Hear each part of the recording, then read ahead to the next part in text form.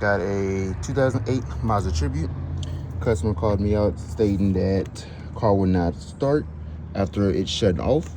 They've already replaced spark plugs, thinking that was going to be an issue.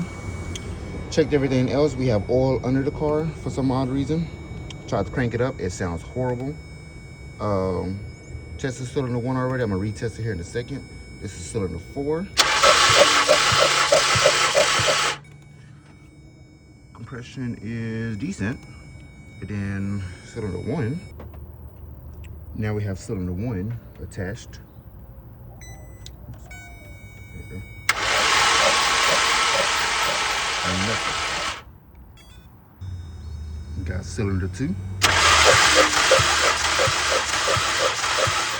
It's pretty low. And now we have cylinder 3. So cylinder 1 is gone. It has left the chat. So that is it.